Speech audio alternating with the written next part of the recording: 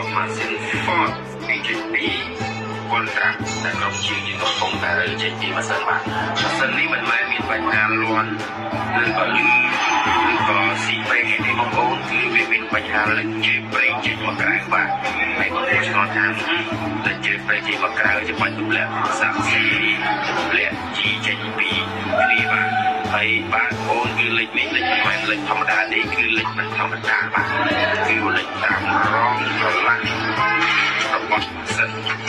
ហើយរបស់វាពណ៌ស្មើគឺជាពិបាកមើលក្នុងការទំនិញតែបងប្អូនតើទម្លាក់ម៉ាស៊ីនចេញមកក្រៅលើយើងដឹងថា